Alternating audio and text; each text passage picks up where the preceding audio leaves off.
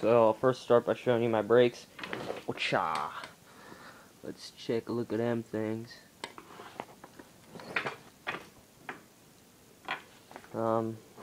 We do got a little toe-in problem. Oh, it's also the same as that one there. Don't worry, I didn't do just one and not the other. I had a hard time with that because right here, you see here, that's where the bleed plug, where you can bleed them, is supposed to come out at. And well, I broke the bleed plug on there, so I couldn't bleed them like that. Stator wires are wrapped up in that plastic stuff. Same with the whole wiring harness. I'll probably have to replace that. Seems like it's shortening out in some areas now, because some of the wires are getting warm and they're not real hot, but and also nothing now. It's completely dead on when I hit the start switch and stuff. So battery, it's not really holding a charge. It holds a charge for a little bit, but it's because it's got distilled water in there instead of acid. But the battery plates weren't in the best condition either when I was looking down inside those little holes. Some of them looked like they were melted and stuff. Brakes work though. Really stiff. Can't even pull them back to the handlebars like I used to be able to. But I cleaned out everything, cleaned out the master cylinder, cleaned out... The brake calipers are a little worn. They ain't bad yet, so I'll replace them after I get some more money and stuff. But they're good for now. They're not worn, but they do seem a little... You know, I did clean them out too. I used carburetor and choke cleaner, and I had a can of brake cleaner, but it didn't have much in it, so I had to go over to the carburetor and choke cleaner. It's alcohol. It comes right out, and once you put the brake oil and everything gets lubed. So it cleans every... Carburetor and choke cleaner, any of those cleaners, they're made very similar. You can almost use them on anything. You know, all it is pretty much alcohol that really eats away. And other substances. That's usually what makes them, verifies them. Take a look at the front there. Already got a little bit of wearage on there. Foot pegs. No. It's just for my dirty shoes. The paint's really strong, so it shouldn't be wearing yet. It's extremely strong. Black bolt for the swing arm. Swing arm's got new bearings. Rear brake bearings were replaced when we first got it, so I didn't bother to do that. Blue chain cover, guard, and I changed that stator cover, well, whatever you call them. That's not even a stator cover. This is here. Well, the stator sits inside this here, so the stator's in the inside here, and that's where the wires go to. They go back to that device, whatever the heck that doohickey is called. I'll re-say it. And everything goes from there, or something, whatever. And, whatever it does, and then it goes to start switch. You know, I'm not a I can't say I'm not a mechanic, because redoing a quad, but mechanics nowadays cheat on that. Half your mechanics won't even know what every wire, like you can point to a wire here. I don't know what that does. I'll just plug it into the computer and see. Because that's what they do. I even witnessed it in the shop. They're using computers for every little thing. Hey, that's why, let me just show you real quick. If you look underneath the hood, you've probably seen this all before.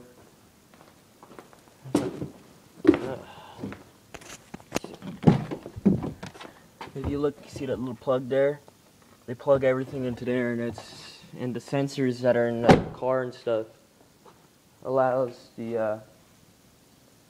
mechanics to know what's wrong with it. Oh, look, what the hell, it looked like someone was in our pool. Anyways, that's how mechanics do it. They can determine what's wrong with the certain vehicle. My grandparents' brand new bikes that cost like $200 at Walmart. Wouldn't spend that much money on a Walmart bike.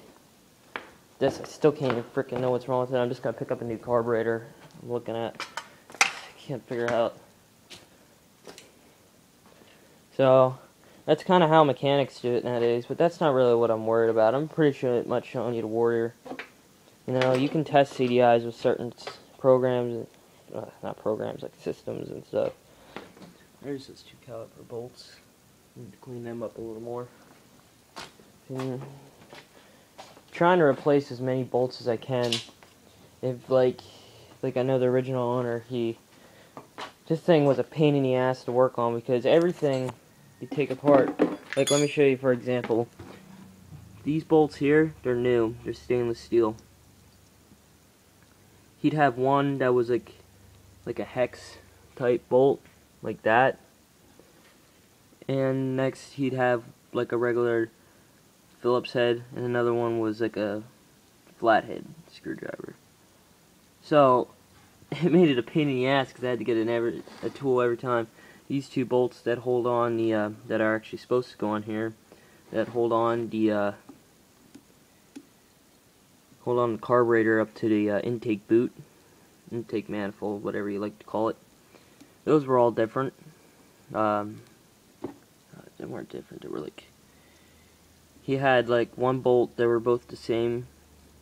And then there's another one that took a totally different size wrench. The one was metric, and the other one was whatever the other one is called, a standard. But these bolts were all the same and stuff. But that's good. Probably almost every single one of these bolts were mix and match, and I spent countless hours looking into machine bolts and stuff at the hardware store, trying to figure out which size bolts to get. Like, as you can see here, you had all the bolts the same on the side cover.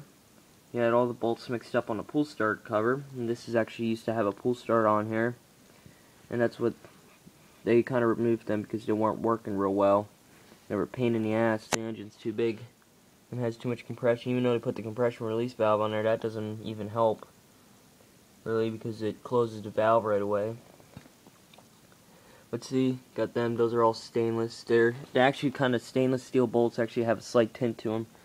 Those are stainless ones. It has kind of almost like a yellowish tint to them. Those are stainless steel, meaning that they won't rust. These were all the same here. I may replace them with stainless steels. You can get the whole engine bolt set for like $30, and they're all stainless steels. Well, there were up on eBay. They're probably like $80 for them all. Those are all stainless steels. That one's different there because I got 2 of this size, and I had to take one of the old ones and put it in there because I noticed it took a different length than these ones did. But those are just standard steel bolts. Same with that one. That one's standard steel, so that can rust over time. That's facing up kind of lean wise. I'll probably replace this too. Not necessarily because it needs to. It's in fine condition. There's nothing wrong with it. It's just it looks really faint and stuff and ugly looking. That's just the reservoir. Everything else in the front is okay. Digging the paint. Looks awesome. Digging the colors, you know. It's kind of my thing. It's kind of how I like it, like that. Everything is brand new.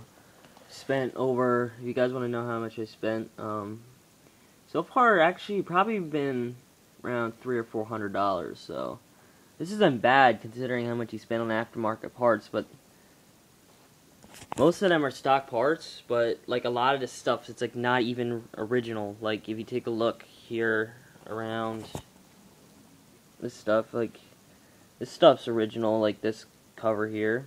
This was just pretty much spray painted blue with plastic paint that I bought at the hardware store. Spent some money on that. Shifter was a custom one that I found. These are all original. They're just polished up. It works like that. That's how easy it is to rebuild without putting in money. Now, let me just, needless to say, you take it apart and rebuild everything like this, it won't necessarily perform or run any better or ride any better. You know, you'll still need those aftermarket parts, which is what I'm getting. Getting in another piston and stuff. That's aftermarket. And yeah.